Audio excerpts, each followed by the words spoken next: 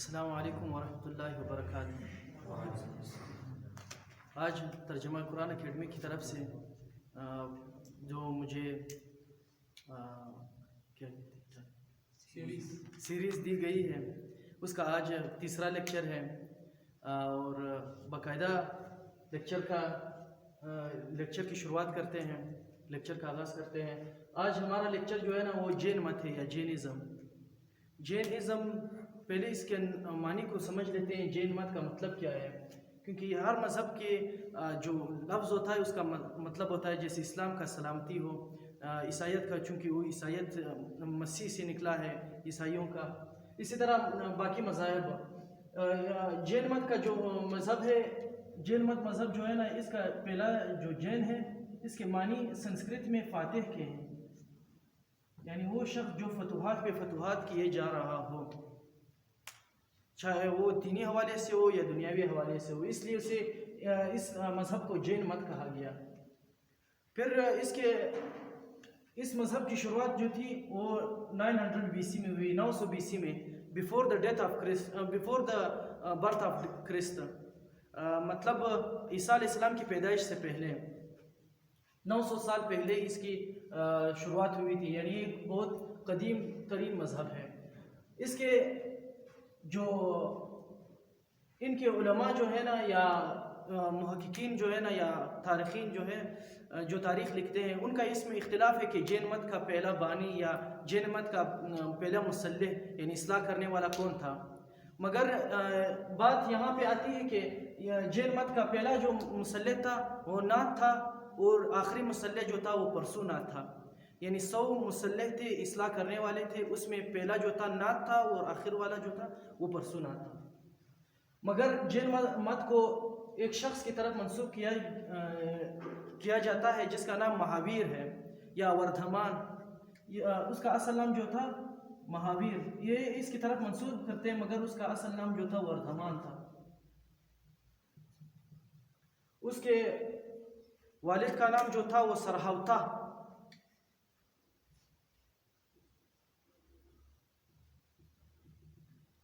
اور ان کی والدہ کا نام، اس میں بہت زیادہ اختلاف ہے کہ اس کی پیدائش پہ ہی اس کی ماں گزر گئی، یا اسی طرح اور بھی ایسے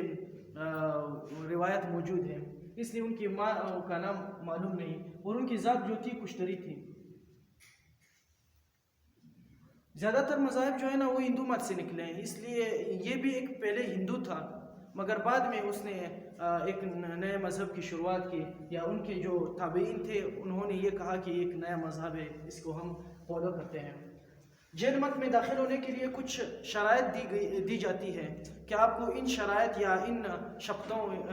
سنسکرت میں اس کے لیے شپت کا نام لفظ استعمال ہوتا ہے، یا قسمیں لی جاتی ہیں۔ اس میں پہلا جو 5 قسمیں لی جاتی ہیں، اس میں پہلا جو ہوتا ہے وہ اس سے قسم لی جاتی ہے کہ میں کسی ذی روح کو نقصان نہیں پہنچاؤں گا، یعنی پہلا قسم یہ ہے کہ میں کسی ذی روح کو، خواہ وہ کتنا ہی حقیر کیوں نہ ہو، میں اس کو نقصان نہیں پہنچاؤں گا۔ اور دوسرا جو ہے نا، میں کسی ذی روح کو نقصان پہنچانے بھی نہ دوں گا، اگر میری جتنی قوت ہوگی، میری توفیق ہوگی، میں اس چیز کو منع بھی کروں گا کہ میں کسی ذی روح کو نقصان نہ پہنچانے دوں۔ اور تیسرا پہ ہے کہ وہ اس بات کی قسم بھی لیتا ہے کہ اگر میرا اس پہ بس نہ چلے تو میں اس کو اپنے ذہن میں یا اپنے دل میں اس کو قابل مذمت سمجھوں گا کہ یہ کام برا ہے، کیونکہ ہمارا دین جو ہے نا، جینزم ہے جو ہے نا، وہ ہمیں یہی تعلیمات دیتا ہے۔ اور چوتھا اس کا جو ہے نا، وہ کہتے ہیں کہ وہ ہمیشہ سنیاسی یا راہبانہ زندگی گزاروں گا۔ سنیاسی سے مراد ہمیشہ جو ان کے عبادت گاہیں ہیں ان میں ہمیشہ قیام پذیر ہونا، اور وہیں پہ مقیم رہنا، اور وہیں پہ اپنی ضروریات کو پورا کرنا۔ اور پانچواں جو ہے نا، کہ میں ہمیشہ کنوارا رہوں گا، چونکہ وہ ایک عبادت خانے میں ہے، اس لیے وہ ایسا کر ہی نہیں سکتا کہ وہ کسی عورت سے نکاح بھی عورت سے شادی بھی کر لے۔ اور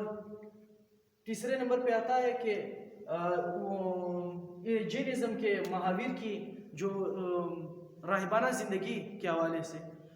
مورخین لکھتے ہیں کہ مہاویر اور جو بدھزم کا بانی تھا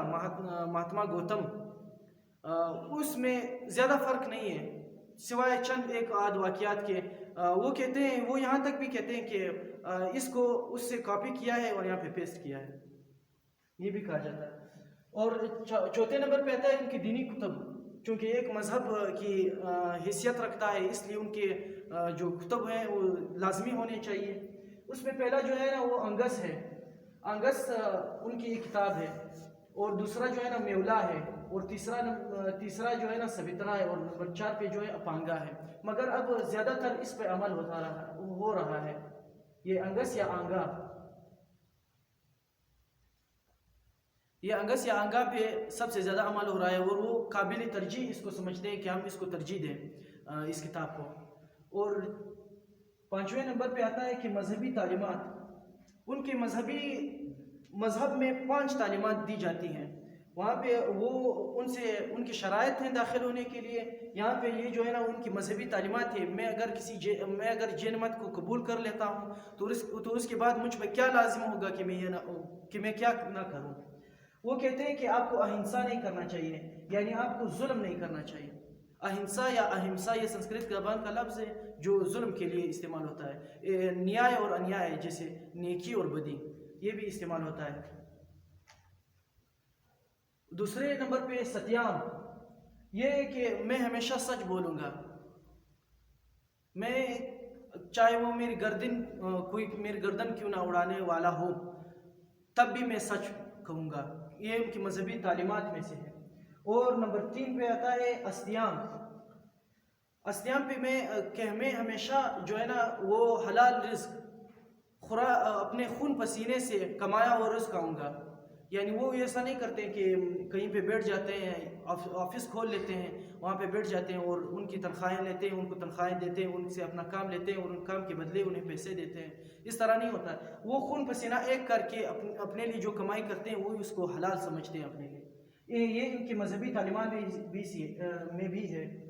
اور نمبر 4 پہ آتا ہے کہ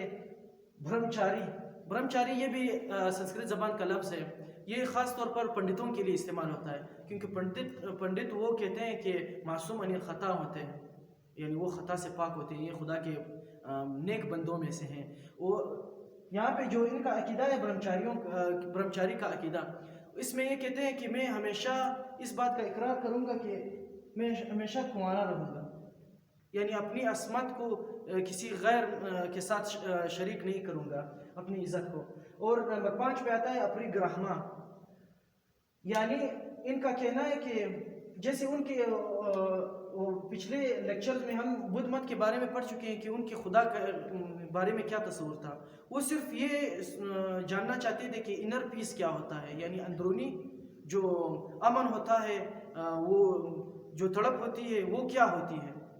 یعنی اس نے اپنے اندرونی جو انر پیس کو، اندرونی امن کو خدا بنا رکھا تھا۔ یہ اپری گراما بھی اسی طرح ہے کہ اپنے انر پیس کو باہر لائیں، خود کو پہچانیں اور خود کو اس راستے پہ چلائیں جو خدا کی طرف سے تمہیں الہام ہو رہا۔ وآخر دعوانا الحمدللہ رب العالمین۔